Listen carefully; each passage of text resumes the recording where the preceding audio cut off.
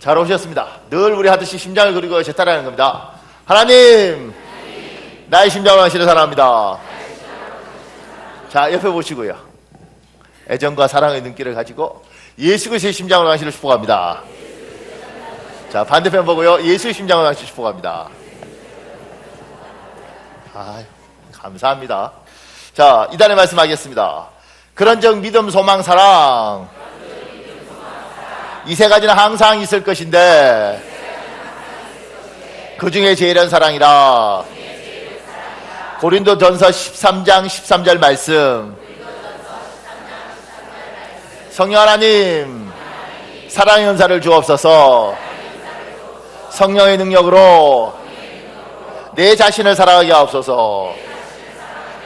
내 가정을 사랑하게 하옵소서. 내 교회와 하나님을 사랑하게 하옵소서. 기도가 여기까지인데 홍기성 목사님이 수요일인가 이렇게 설교하시면서 여기 이걸 붙이더라고요. 내 아내와 아이를 사랑하게 하옵소서. 뭐 이렇게 붙이더라고요. 근데 이제 제가 이렇게 말할 때 좀 힘드니까 제대로 하십시오. 내 아내와 내 남편을, 내 아이를, 내 부모를 사랑하게 하옵소서. 예수님 이름으로 기도합니다.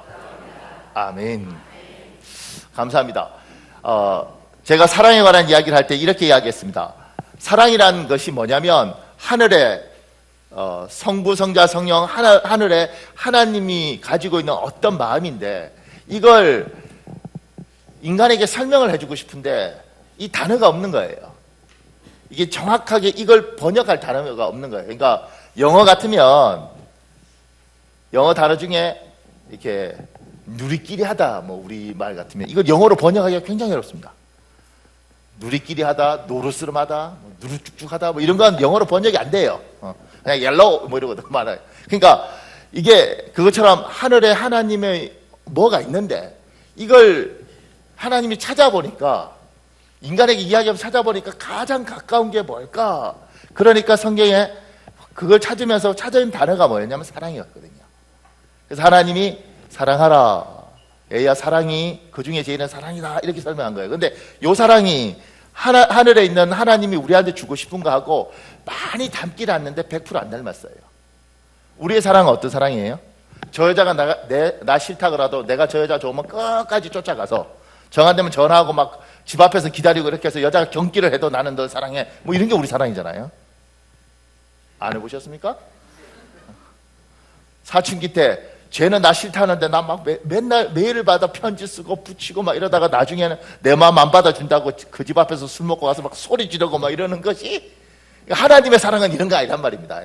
그러니까 하나님이 번역을 할 때 하나님이 그 중에 제일은 사랑이다 이렇게 이야기했는데 이 사랑이라는 게 하늘에 있는 걸 인간의 단어 중에 가장 비슷한 것이 사랑인 거예요. 그런데 이렇게 설명했는데 우리는 우리식으로 받아들이니까 주께서 설명하는 거예요. 고린도서 13장에 사랑은 오래 참고 온유하며 뭐 시기하지 않으며 투기하지 않으며 이렇게 쭉 설명하는 거예요. 이걸 정확히 모르니까 이렇게 설명을 하는 거예요. 이렇게. 그리고 성경을 그런 시각으로 이제 창세기부터 이렇게 쭉 사랑이라는 관점에 대해서 읽어가다 보면 하나님은 이런 식으로 사랑을 하시는구나 이 생각을 하게 돼요.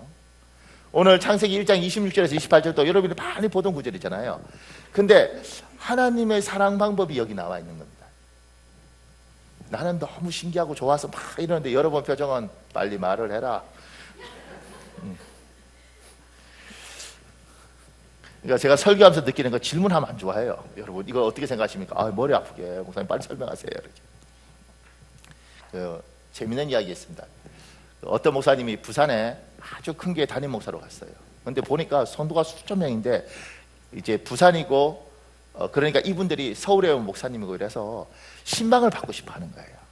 근데 이게 몇천 명인데 어떻게 신방을 다 돌겠어요? 목사님 생각을 했어요.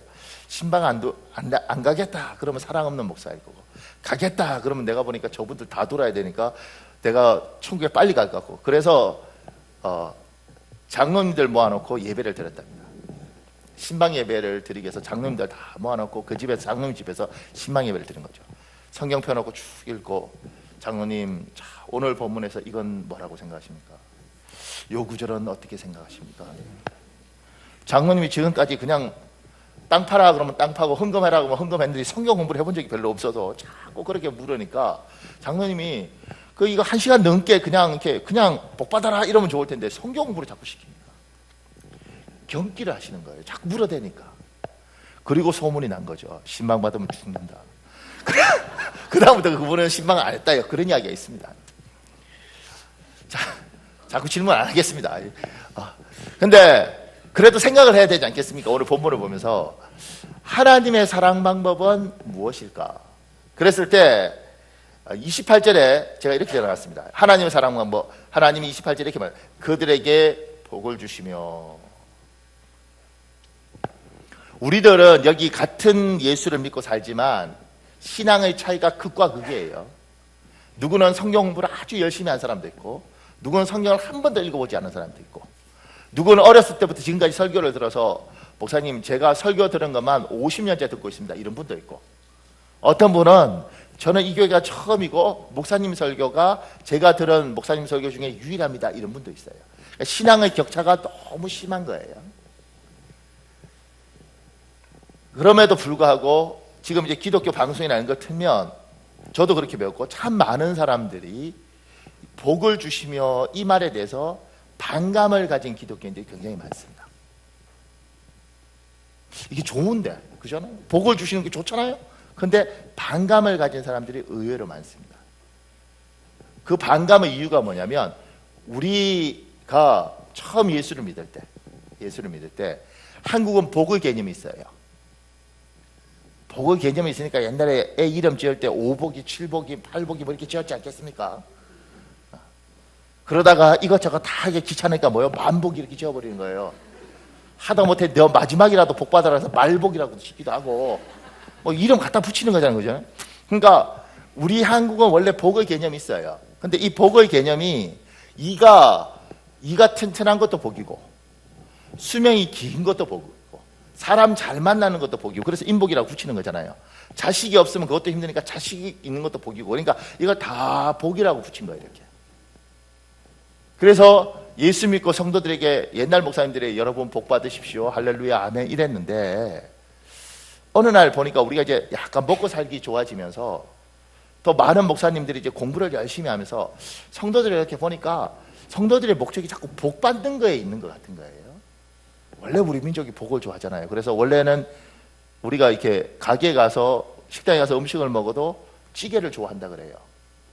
찌개가 끓을 때 보글보글 이렇게 막 찌개를 좋아한다 그래요.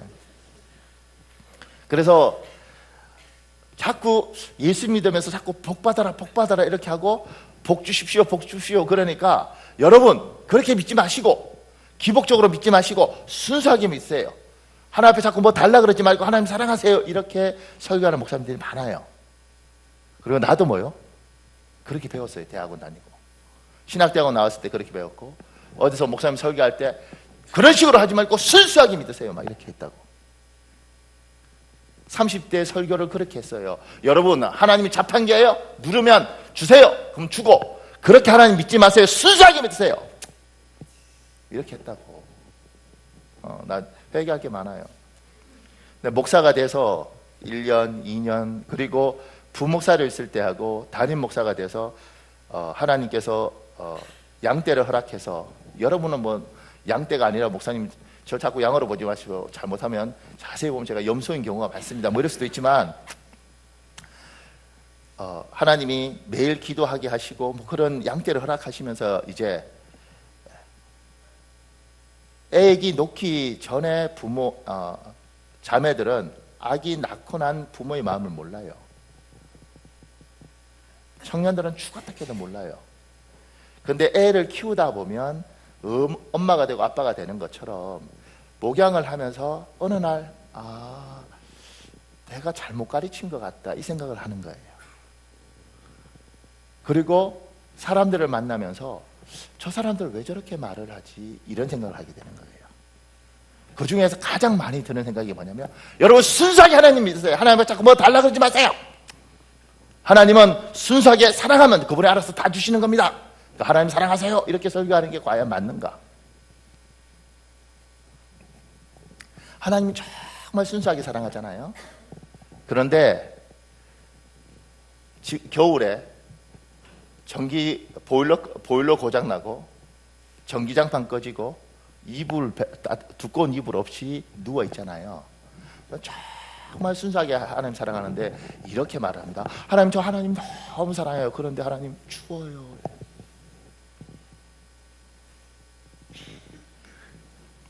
살 빼려고 굶는 거 말고 어제 굶고 오늘 굶었어요. 근데 내일 또 먹는다는 보장이 없어요. 가난해서. 잘 먹어봤자 누가 주면 얻어 먹을 것 같은데 먹는다는 보장이 없어. 하나님은 엄청 사랑하잖아요. 근데 이렇게 말을 해요. 하나님 너무 사랑해요. 하나님 생각할 때마다 너무 좋아요. 그런데 하나님 배고파요. 많이 고파요. 이렇게 이야기를 해요.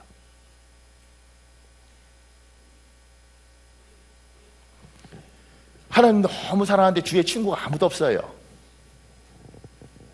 그러면 이렇게 기도합니다. 하나님, 저 하나님 많이 사랑합니다. 그런데 하나님 외로워요. 안 겪어보셨나요? 나 이거 다 겪어봤어요. 제가 바깥에 다른 나라에서 공부할 때는 명절 되고 추석 되고 이러면 나름대로 이렇게 다 놀러 가고 지금 젊은 애들끼리 놀러 가고 이러면 학교 기숙사 하나 있는데 혼자 다 있어요. 그리고 혼자 하나님, 나 하나님 많이 사랑하는데 외로워요. 아들도 보고 싶고 마누라도 보고 싶고 어머니도 보고 싶고 뭐 이렇게 돼요. 나 하나님만 사랑하면 다 되는 줄 알았단 말이에요. 근데 안 그렇더라고. 배가 고프면 하나님을 너무 사랑하는데 하나님 배고파요. 그래요. 그러니까 신앙이라는 게 여러분 순수하게 하나님 믿으세요. 자꾸 기복적으로 믿지 마세요. 이렇게 말을 할 때 제가 그 생각을 해요. 저분은 좀 굶어봤으면 좋겠다. 저분은 냉방에서 하루 이틀 자는 게 아니고 한 1년 정도 자보면 좋겠다. 나 1년 냉방에서 1년 자봤어요. 철딱서니가 없어서 추운 방에서 1년을 자잖아요. 불 안 떼고. 그러면 배고파서 그러니까 밥 제대로 먹고 추운 방에서 자면 제가 사서 고생했어요. 사서. 그러면 참 놀라운 게 뭐냐면 아침에 못 일어납니다. 추우니까. 언제 일어나면 한 10시쯤 돼서 창문에 볕이 들어와서 몸이 녹으면 일어납니다. 이게 내가 웃으면서 이야기해서 그때는 피눈물 흘려요. 왜 그렇게 바보같이 사는지 모르겠어요. 근데 그런 걸 겪으면서 알게 되는 거예요. 우리는 하늘나라에 있는 게 아니고 이 땅에 있어요. 여러분과 나는 두 발을 디디고 이 땅에 있다고. 그렇기 때문에 이 땅에는 배가 고프면 하나님을 사랑해도 배가 고파요. 이 땅에는 추우면 하나님을 사랑해도 춥다고. 이 땅에서 몸이 아프면 하나님, 나 하나님 너무 사랑하는데 뼈 마디마디가 아파서 죽겠어요. 이렇게 말을 해요. 그러니까 안 아파 보면 하나님 순수하게 사랑하십시오. 아파도 힘들어도 나는 주님만 바라봅니다. 그런데 아파 보라고. 하루 아프고 이틀 아프고 3일 아프면 나중에요. 아프는 거 생각하면 해도 덜덜덜 떨려요. 하나님 사랑하는데 너무 아파요. 그래서 주님이 영생복락, 영원한 생명, 천국, 이거 비교할 수 없는 거죠. 이것도 받아야 되지만 사람의 복도, 인복도 받아야 되는 것이고 건강의 복도 받아야 되는 것이고 물질의 복도 받는 거예요. 그러니까 이 말은 내가 노력하면 당연히 돈이 온다고 세상에 그렇게 믿어요? 이 세상에 도둑놈들이 얼마나 많은데. 내가 열심히 살면 수고한 만큼 대가가 와요? 이 나라가 수고한 만큼 대가가 오는 나라예요? 오죠. 약간. 근데 수고 안 하고 너무 잘 사는 사람도 많아. 땅에 농사를 지으면 씨를 뿌리면 나요? 비가 와야지. 안 오면 다 말라 죽는 거예요. 바다에 가서 그물을 뿌리면 고기가 잡혀요? 걔들도 IQ가 3밖에 안 되지만 나름대로 탈출구가 있어. 그러니 내가 노력하면 당연히 온다고 생각하는 것 자체가 오만인 거죠. 내가 노력해도 안 오는 경우가 너무 많아요. 그래서 굶어 죽는 것이고, 그래서 열심히 살아도 환난과 공고가 있는 거예요. 그래서 이야기하는 거예요. 영생복락, 천국에 가서 사는 것, 하나님 사랑하는 것, 이건 비교할 수 없는 큰 복이죠. 하나님 만나는 게 제일 큰 복이죠. 그렇지만 그것만 가지고는 이 땅에서 살 수 없어서 그 나라와 그 의도 구하지만 일용할 양식도 구하고 건강도 구하고 하나님 나에게 사람의 관계의 복도 구하고 자식도 주시고 그렇게 기도하는 거예요. 결혼해서 애 없잖아요? 결혼하면 당연히 애가 생기나요? 그렇지 않습니다. 시험관 아기 하는 사람들이 얼마나 많은데. 그래도 안 생겨서 10년씩 기다리는 사람들이 얼마나 많은데. 그래서 찬송가 1장 1절에 있습니다. 잘 안 부르니까 모르십니다. 내가 이 찬송가 1장 1절을 이렇게 말하는 건 뭐예요? 부르겠다는 거지. 참고 견디라는 이야기. 만복의 근원 하나님. 나 일부 때는 믿음이 좀 더 좋아요. 그래서 참아서 끝까지 불렀는데 여러분은 분위기가 잘못하면 돌 던질 것 같아서 내가 왜 만복의 근원이냐고. 천국뿐만 아니라 다 필요한 거예요. 그래서 하나님께서 인생을 만드시고 인간에게 복을 주시는 거예요. 사랑하시기 때문에 먹을 걸 주시고 사랑하시기 때문에 비를 주시고 사랑하시기 때문에 사랑하는 자녀의 생산의 복을 주시는 거예요. 그래서 주님 나에게 복을 주십시오. 절대 잘못된 거 아니고 절대 이상한 거 아니에요. 그러니까 순수하게 나는 하나님만 사랑하게 되고 이런 건 안 주셔도 돼요. 그 기도 하시고 싶으면 하시죠. 그렇지만 그러지 마십시오. 근데 제가 이제 이렇게 여러분한테 설교할 땐 괜찮더라고요. 왜냐면 여러분은 안 덤벼요. 그냥 우리 목사님이 그러니까 이렇게 있더라고요. 근데 이제 다른 목사님들은 내한테 뭐라 그래요? 목사님 많이 타락하셨군요. 옛날에 참 순수하셨는데 목회를 하시다 보니 세상과 타협하신 것 같습니다. 이렇게 이야기해요. 그럼 내가 뭐라 그러게요? 이놈의 새끼가 이렇게 말하는 게 아니고 미안해요. 나 타협했어요. 그래. 뭐라 그래 그 사람하고? 싸움 무조건 난 져요. 왜냐면 얘는 순수하잖아. 나는 불순하잖아. 얘는 아무것도 하나 옆에 달라고 안 그러잖아. 나는 달라고 자꾸 그러잖아. 무조건 지는 거지. 그런데 하나님이 만들어 놓고 훌쩍 떠나버리시고 네가 알아서 살아라? 그러면 모르겠는데. 죽을 때 천국에만 데려가 줄게? 그러면 모르겠는데. 그게 아니라 얘야 저 하늘나라 가는 것은 이 땅에서부터 준비하고 훈련되는 건데 같이 사는 거야. 같이. 그래서 하나님 우리 아들 하나님 나 그 기도하는 건 연약한 인간으로서 당연한 거랍니다. 그걸 많이 배웠다고 신학했다고 그러면서 자꾸 정지하는 거예요. 여러분 그딴 기도하지 마세요. 하나님의 나라와 의를 위해서 자꾸 기도하세요. 하나님은 그렇게 유치한 분으로 보이세요. 하나님이 여러분 빵 달라고 그러면 빵을 주셔야겠어요. 바쁜 거보니. 내가 생각할 때 그 사람은 덜 굶어서 그런 것 같아요. 이 제 개인적인 이야기. 제가 미국에 있으면서 KFC를 가는데 KFC를 가면 치킨하고 이렇게 시키면 한 15불, 뭐 13불 이래요. 한국 돈은 한 15,000원 뭐래요. 우리 치킨 15,000원이잖아요, 그죠? 근데 유학하면 그게 너무 비싸요. 뭐 어떻게 하는 줄 알아요? 그 우리 홈플러스 같이 이렇게 큰 뭐 코스코 뭐 이런 게 있어요. 그럼 거기 갑니다. 가면 여기도 그렇게 팔지만 닭을 이렇게 튀겨서 이렇게 박스 이만한데 이렇게 팔아요. 싸거든요. 그건 여기에서 뭐 15불 하면 여기는 막 6불 이래요. 그걸 사. 근데 여기는 캔도 팔아. 근데 캔 하나씩 파는 게 아니고 12개들이 이런 캔을 12개를 팔아. 하나만 살 수는 없는 거거든. 그럼 12개를 사요. 그럼 싸. 그러면 내가 장 보러 갈 때 배낭을 갖고 가요. 그래서 이 12개짜리를 여기 넣고 치킨을 넣어. 왜냐면 거기서 먹을 수가 없어. 그걸 들고 나오는데 미국은 공원에서 먹다가 잘못하면 총 맞을 수 있는 경우가 많아요. 내가 있던 동문은 또 가난해. 그래서 가다가 어디 앉아서 먹을 데가 없어요. 그러다가 도로변에 앉아서 이제 너무 먹고 싶으니까 캔 하나 들고 치킨을 꺼내서 먹어요. 그러면 차들이 지나가면서 미국 애들 다 봐요. 길거리 앉아서 치킨 먹는 거지치고는 깨끗해. 서러워요. 인생이 서럽다고. 그때 하나님, 나도 KFC 가서 편하게 밥 먹고 싶어요. 근데 돈 아껴야 되니까. 인간은 그렇게 기도하는 거예요. 잘못 아니에요, 여러분. 연약한 인간이 하나님께 도움 구하는 거 절대 잘못된 거 아니에요. 속지 마십시오.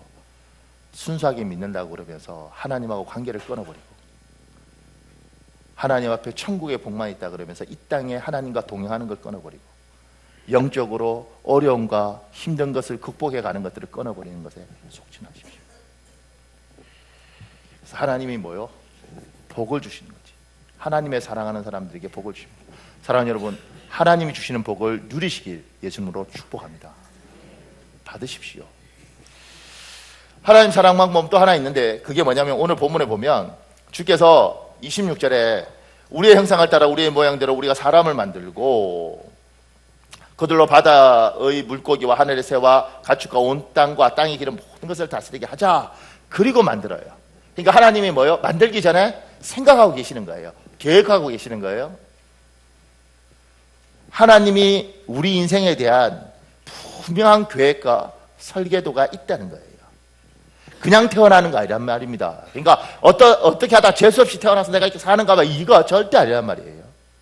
하나님이 예레미야를, 이사야를, 다윗을 하나님 이 땅에 보낼 때 하나님은 분명한 계획을 갖고 보내요.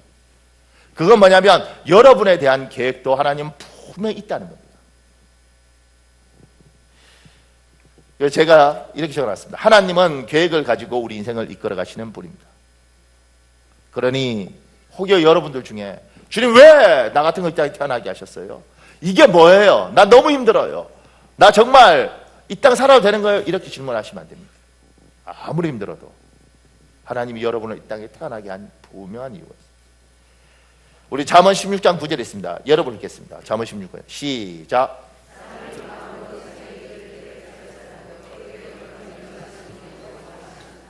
사람의 계획도 있고 하나님의 계획도 있다는 겁니다. 잠언 19장 21절에 있습니다. 여러분 읽겠습니다. 시작. 하나님의 뜻, 하나님의 계획이 있다는 겁니다. 제가 여기 이렇게 적었죠. 하나님보다 너무 앞서지 말라. 하나님보다 너무 뒤서지 말라. 하나님과 나란히 동행해라. 옛날에 이렇게 표현했습니다. 하나님이 여러분에 대한 계획이 있는데 그걸 통해서 하나님이 여러분을 인도해 가실 것입니다. 그러니 성령이 앞에서 좀 당길 때, 성령이 뒤에서 좀 밀 때, 그때 가십시오. 하나님보다 너무 빨리 가지 말고, 하나님이 밀어도 버티지 말고. 예수 믿는 사람들 중에 의외로 고집불통들이 있습니다.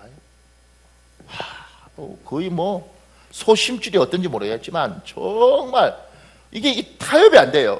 하나님이 야 이제 그만하고 그냥 가 좀. 예수 포기하라는 것, 신앙 포기하라는 것 아니면 웬만하면 하나님이 막 밀면 한 번, 두 번 거절하다가 에휴, 이게 하나님 뜻인갑다. 그리고 이렇게 좀 밀리십시오. 좀 밀리십시오. 그런데 그런 분들 있잖아요. 목사님 저는 목에 칼이 들어와도 아닌 건 아닙니다. 이런 분들이 있어요. 죽으면 죽었지 저는 타협이 없습니다. 이런 분들이 있어요. 겁나 죽겠어. 하나님이 얘야 좀 밀려라. 하나님 나는 절대 안 됩니다. 이러니까 하나님께서 이게 대화가 안 되는 거예요. 그래서 야곱을 주께서 환도뼈를 쳐요. 그래서 쩔뚝발이를 만든다고. 왜냐하면 저놈이 워낙 강하니까 하나님 복을 주고 싶은데 저것이 말을 안 들어. 그래서 약복강가에서 하나님이 거의 환도뼈를 쳐서 다리를 절어요. 그렇게 꺾어두지 않으면 저게 사람이 안 되는 거예요. 우리들 중에서도 정말 주께서 환도뼈를 쳐서 꺾지 않는 이상은 말을 안 듣는 사람이 있습니다. 자기 생각이 너무 강해. 자기 주장이 너무 강해. 더 놀라운 건 자기만 정답이야. 주께서 얘야 그만하고 이제 가라. 그러면 가야지. 얘야 이제 그 부분에서는 더 이상 요구하지 마라. 그럼 그만해야지. 참 정말 지조가 굳건한 사람도 있는데 그러지 말았으면 좋겠습니다. 하나님이 제발 그만해라 얘야. 그러지 마라.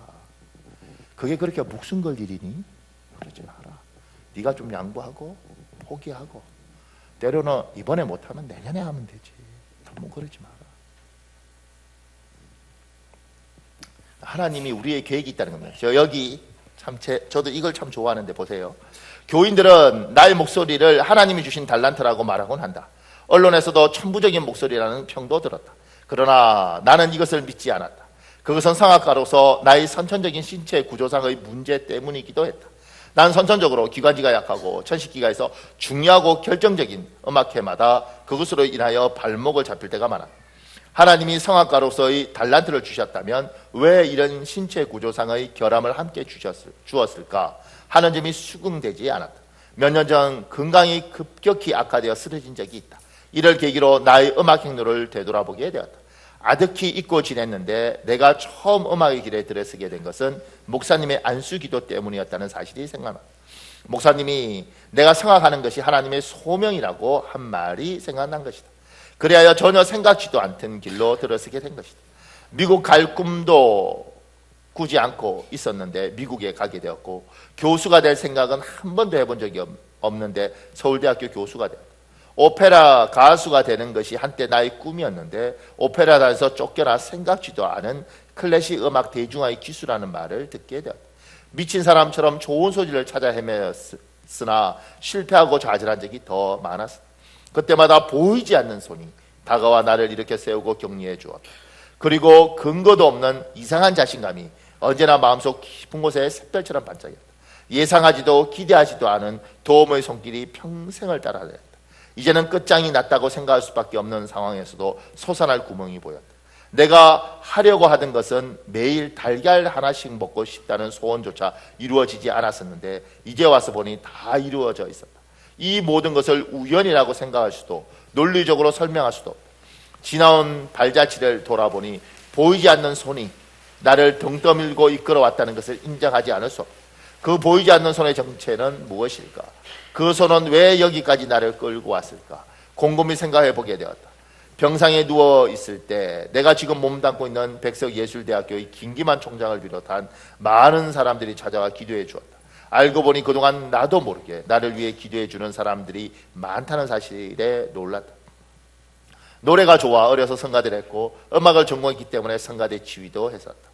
또 찬송가를 부르면 자신이 진지해지고 집중이 되어 영감을 얻게 해주므로 전국의 수많은 교회를 순회하며 찬송가를 부르고 다니기도 했다. 그러나 내 자신이 하나님께 헌신되었다고 생각해 본 적은 없었다. 평생 교회를 떠난 적이 없지만 신앙인으로서 경건하게 살지 못했고 신앙인답게 행동하지도 못했다. 죄를 지었음에도 불구하고 못났음에도 불구하고 버림받아야 마땅함에도 불구하고 하나님은 우리를 사랑하신다는 소리를 수없이 들어왔다. 그러나 그것이 나를 두고 한 말이라는 것을 깨닫지 못하였는데 지금 와서 생각해 보니 하나님의 사랑이라고 밖에는 설명할 길이 없다. 이분이 지금 77세예요. 77세인데 자기 인생을 쭉 돌아보면서 나는 이렇게 계획을 세웠는데 내 계획하고 달리 보이지 않는 손길이 자기를 이끌어서 이렇게 데려왔다는 거예요. 여러분과 나를 이 땅에 태어나게 하신 하나님은 여러분과 나에 대한 선한 계획이 있는 거예요. 아무리 힘들고 어려워도 이 부분을 놓치면 안 되는 겁니다. 하나님이 나에 대한 선한 계획이. 근데 이 선한 계획을 위해서 주께서 나를 밀어요. 그러면 내 연약함과 부족함이 핑계가 되면 안 됩니다. 아, 하나님 나 못해요. 하나님 안 돼요. 나 할 수 없어요. 그러면 안 되는 거예요. 주께서 밀면 내가 생각할 땐 도저히 답이 없어도 하나님이 밀면 밀려보는 겁니다.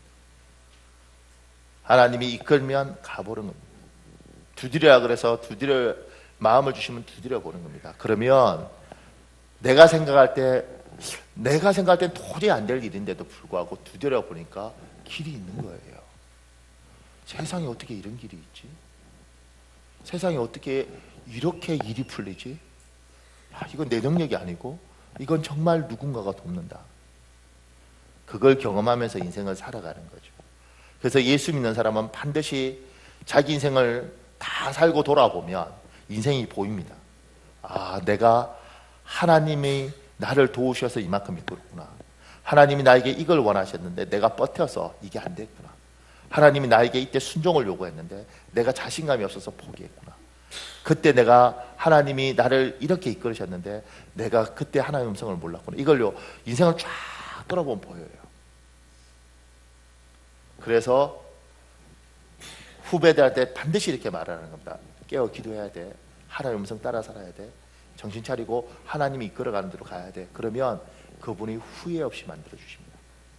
사랑하는 여러분, 성령께서 여러분을 당길 때, 성령께서 여러분을 밀 때 그 하나님의 흐름을 따라 움직이시길 예수님으로 축복합니다. 기대해 보십시오. 제가 아는 하나님은 참 선하십니다. 그런데 주께서 이런 복을 주시고 이런 선한 계획을 가지고 계신 주께서 28절에 이야기하는 거예요. 하나님이 그들에게 이르시되 생육하고 번성하고 땅에 충만하라. 땅을 정복하라. 바다의 물고기와 하늘의 새와 땅에 움직이는 모든 생물을 다스려라. 지금까지 이 구절이 항상 그렇잖아요. 주께서 생육하고 번성하고 땅에 충만하라 이렇게 이야기했어요. 그러면 어떻게 되는 거예요? 복제 인간으로 막 이렇게 충만해지나? 하나님은 우리를 축복하셨어요. 그 축복이 어떻게 이루어지냐면 하나님의 말은 나가면 권세와 능력을 가지고 일을 해요. 권세라는 개념은 이겁니다. 군대에서 내가 상관이고 쫄병들이 있으면 상관이 말하는 거예요. 야 저거 해라. 그러면 내 말이 권세가 있으니까 이게 알아서 일을 하는 거예요. 권세는 그겁니다. 주께서 말씀을 선포했어요. 생육하고 번성하고 땅이 충만하라. 그러면 이게 어떻게 이루어지느냐면 시간을 두고 아담과 하와가 사람이지 않습니까? 아기를 낳아야 되는 거예요. 사람은 아무리 빨리 낳아도 10달이 걸리는 겁니다. 정말 열심히 줄이면 7삭둥이, 8삭둥이가 있을 수 있지만 그래도 보통 10달입니다.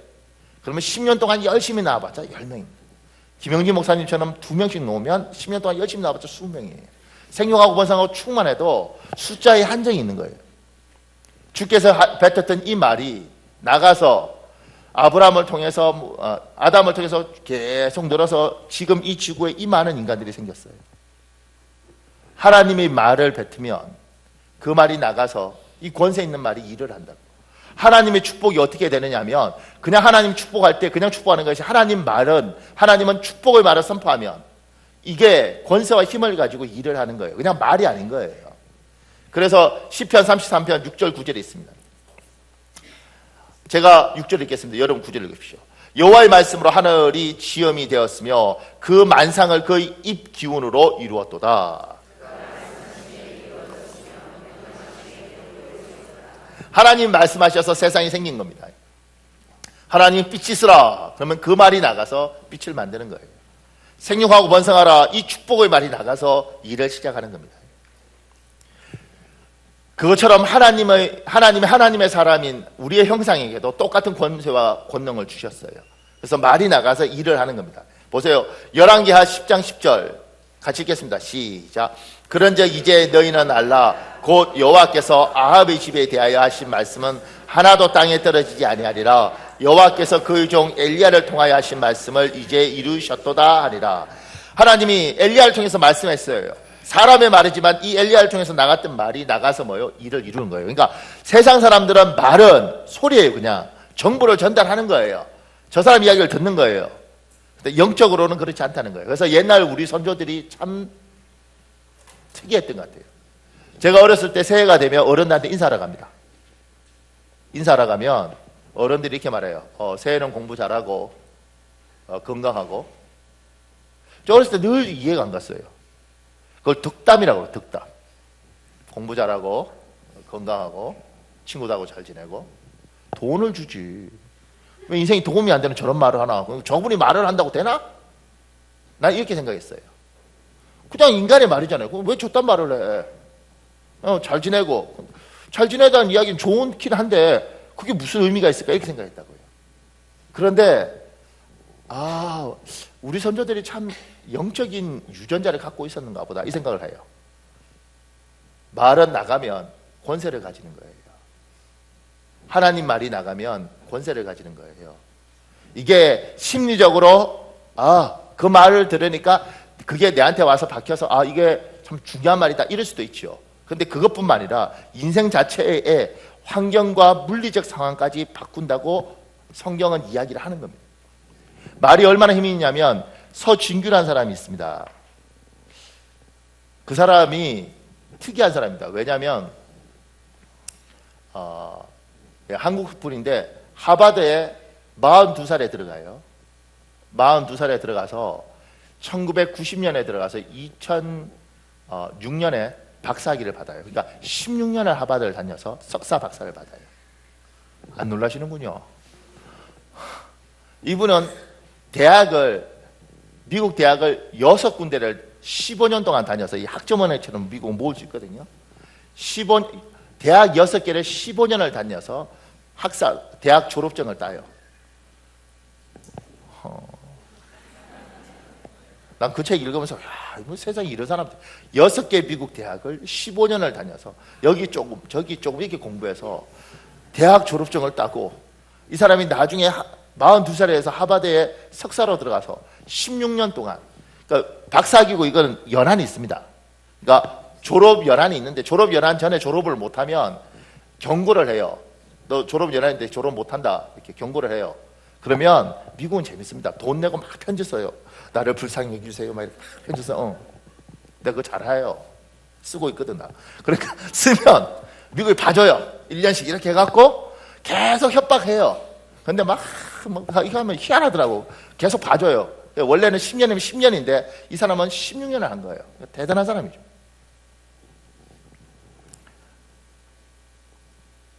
그렇게 해서 59살에 하버드 박사를 받아요.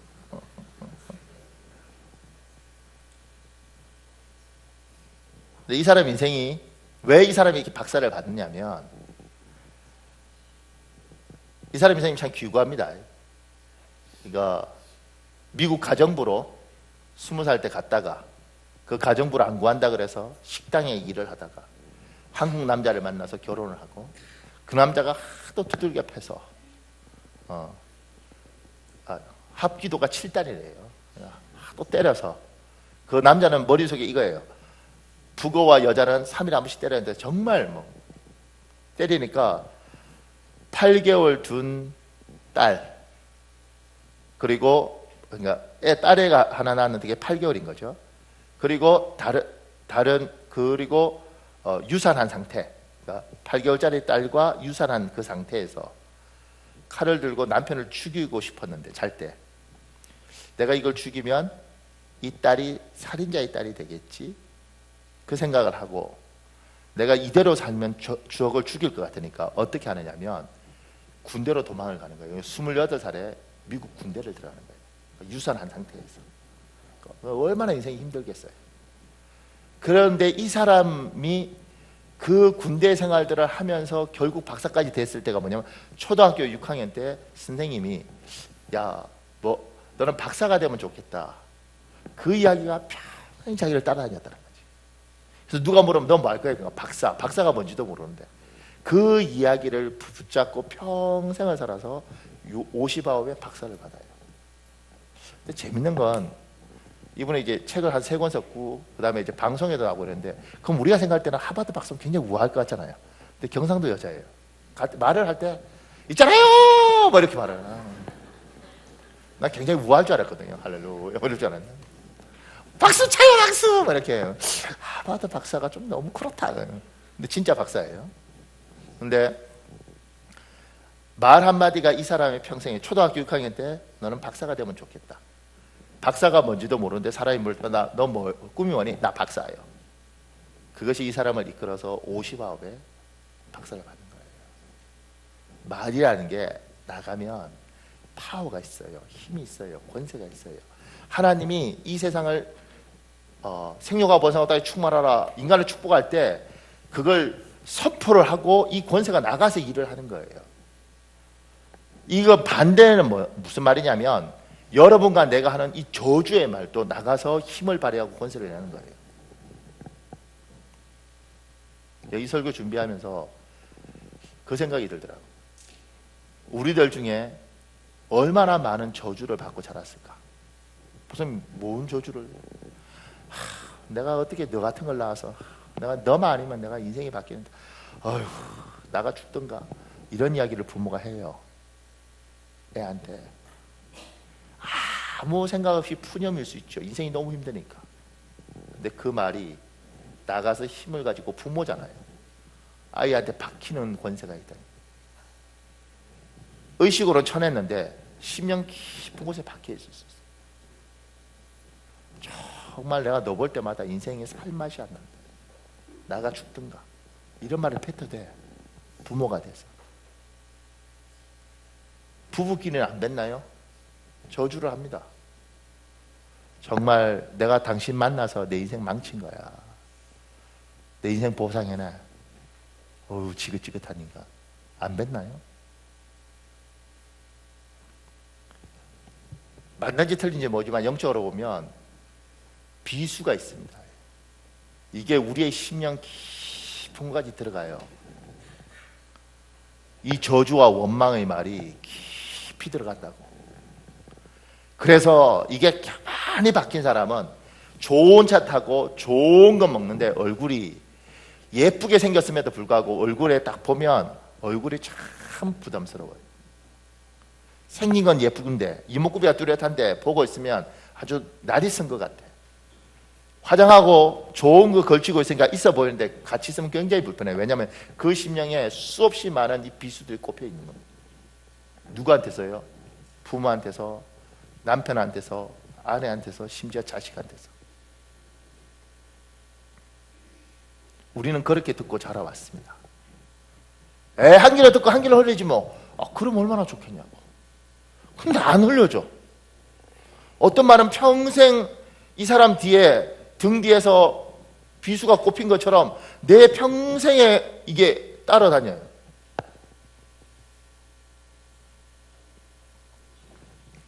만약 여러분들 중에 그런 것들이 있다면 이 시간에 나사렛 예수 그리스도 이름으로 주께서 그 모든 상처와 칼날들을 다 가져가시길 예수님으로 축복합니다. 그리고 부모된 우리, 부부가 된 우리 뱉으면 안 돼요. 나 당신 볼 때마다 정말 혐오스러워. 이런 말 뱉는다니까, 부부끼리. 그래 놓고 둘이 잘 살길 바라는 것 자체가 말이 안 되잖아. 박혀요. 특히 여자들은 남자들보다 훨씬 쉽게 바뀌어요. 남자들도 감수성이 강한 사람, 예술적인 사람은 깊이 박힙니다. 그러면 인생이 재미가 없습니다.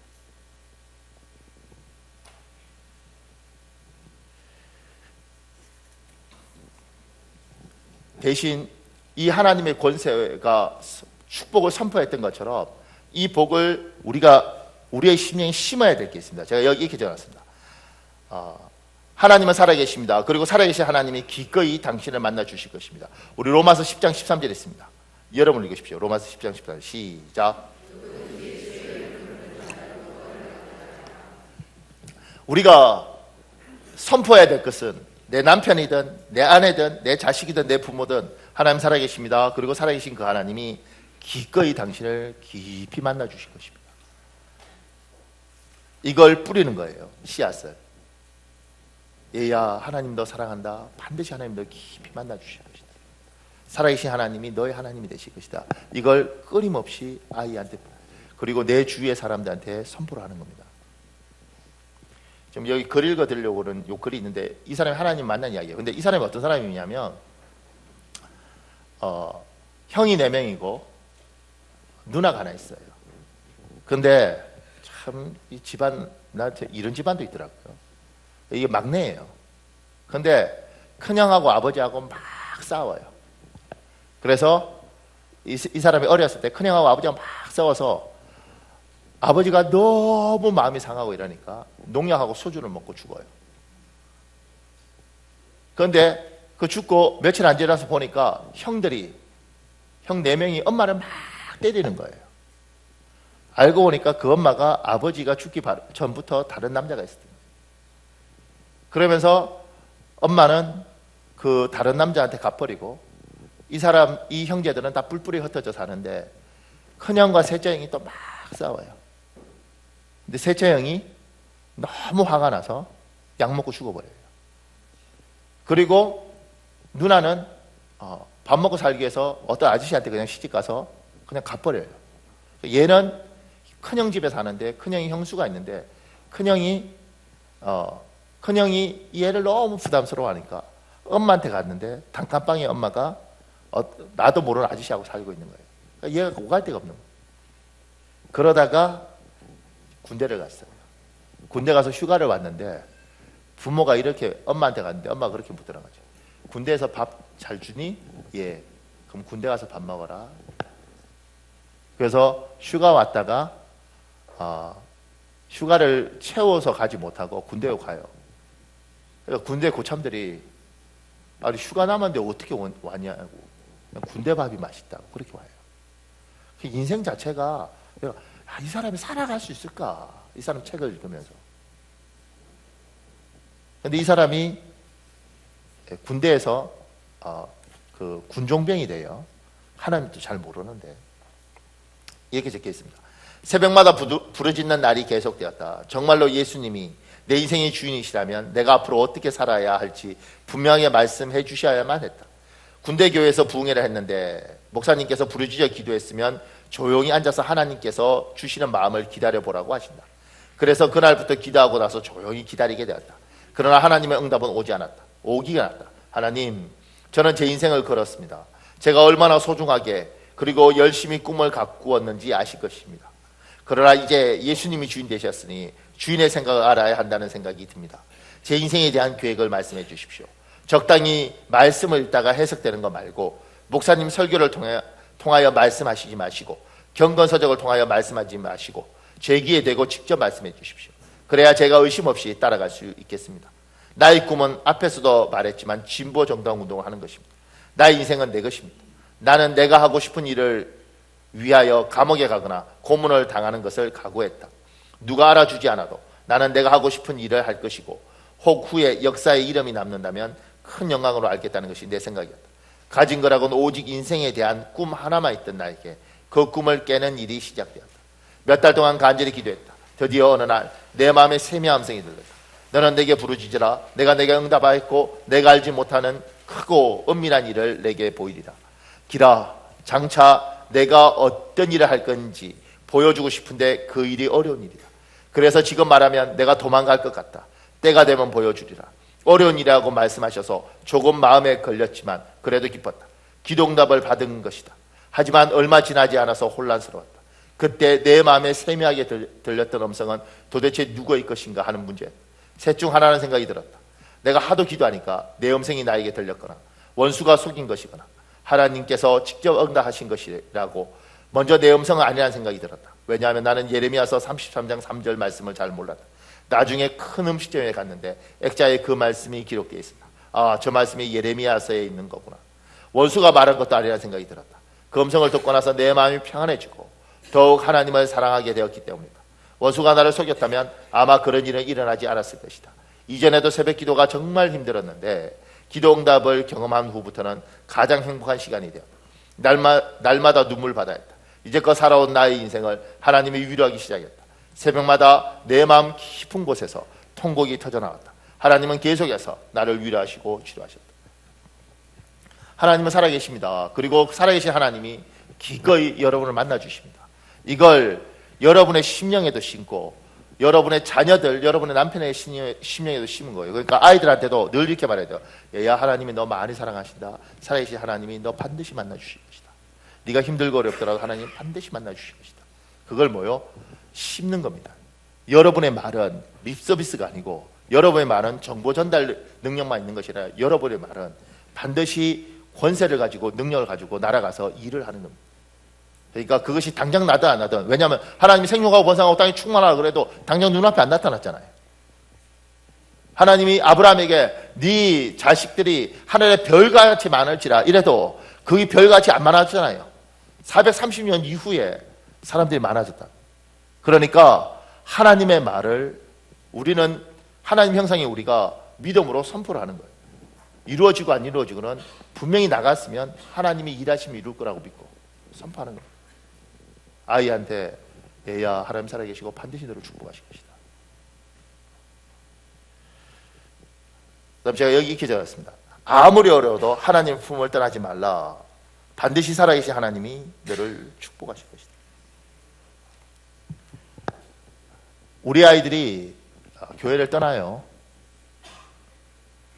모태신앙들이 교회를 나오기도 하지만 떠나기도 해요. 왜냐하면 다녀보니까 하나님 없더라 이거야. 그 아이들한테 얘야, 아무리 힘들고 어려워도 하나님 품을 떠나지 마라. 하나님, 살아계신 하나님이 반드시 너를 축복하실 것이다. 그 아이들뿐만 아니라 여러분 스스로에게도 이야기해야 됩니다.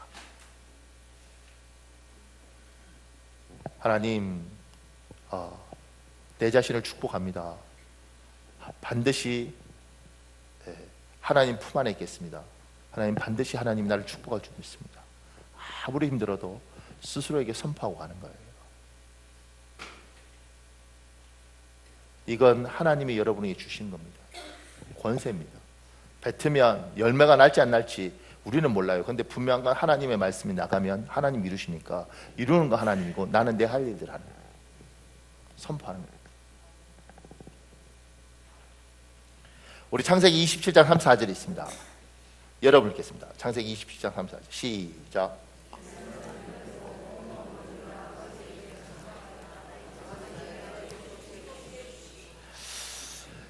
야곱과 에서가 있는데 야곱이 에서의 축복을 뺏어가고 난 후에 에서가 아버지 이삭에게 이야기하는 거예요. 엉엉 울며 아버지께 하죠. 아버지, 나에게도 축복해 주옵소서. 축복 기도가 뭐라고? 받아도 되고 안 받아도 되고 그게 아니에요. 하나님의 능력을 믿고 하나님의 선포를 믿고 아버지로부터 오는 걸 믿고 에서는 이야기해요. 다른 성경이 이렇게 번역됐습니다. 방성대곡하고, 어떤 성경에는 통곡하고. 아버지, 나에게도 축복해 주십시오. 그때는 소중한지 몰랐는데 이게 소중한 걸 아는 거예요. 우리의 아이들의 영혼이 기다리는 거예요. 엄마, 나에게도 축복해 주십시오. 목사님, 우리 애는 기도하자 그러면 에이! 이러고 가요. 이렇게. 민망해서 축복 기도를 못 해주겠어요. 그러니까 그만큼 민망하게 보인 거예요. 조금 전에 제가 서진규 씨 이야기했잖아요. 그분 딸이 똑같이 엄마가 하버드 나왔는데 딸도 하버드를 나왔어요. 엄마가 군인이었는데 군인 소령으로 제대했거든요. 딸도 군인이에요. 근데 이 딸에게 너의 꿈은 뭐냐 그러면 나는 엄마의 복제 인간이 되는 게 꿈이다. 감동이 안 오시죠? 왜냐하면 우리는 이게 문제잖아. 너의 꿈이 뭐니? 나는 아빠의 복제 인간이 되는 거야. 야, 제발 그러지 마. 네가 너도 내처럼 살면 어떡해? 안 돼. 이렇게. 자신 있나요? 스스로에게 물어보시오. 너는 꿈이 뭐니? 나는 엄마의 복제인간. 이게 미쳤나? 그래. 너가지. 이렇게 가면 안 되는 거지. 근데 그 딸이 엄마의 복제인간. 제가요, 참 잘 살았다 인생.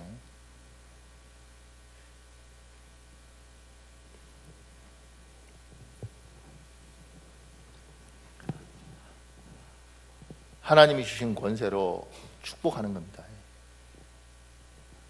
사랑하는 아들아, 사랑하는 딸아, 복이 있을지어다. 이 아이가 우습게 여기지 않도록 정말 진지하게, 때로는 아침에 아이를 안아주면서 사랑하는 딸, 복이 있을지어다. 예수 그리스도 이름으로 복이 있을지어다. 쑥스럽죠? 그러니까 연습해야 됩니다. 자, 제 따라 하십시오. 사랑하는 딸, 사랑하는 아들, 복이 있을지어다. 건강에 복이 있을지어다. 미래에 복이 있을지어다. 배우자의 복이 있을지어다. 쉽죠? 자, 남편한테도 아내한테는 사랑하는 남편, 사랑하는 아내, 복이 있을지어다. 건강할지어다. 마음의 여유가 있을지어다. 물질의 복이 있을지어다. 은혜의 복이 있을지어다. 막 기도하면서 이 여자 오래 살면 안 되는데, 이 남자 오래 살면 안 돼. 뭐 이런 생각 들면 생각해봐야 돼. 지금부터 밥 해주기 지긋지긋한데 이거 오래 살면 밥은.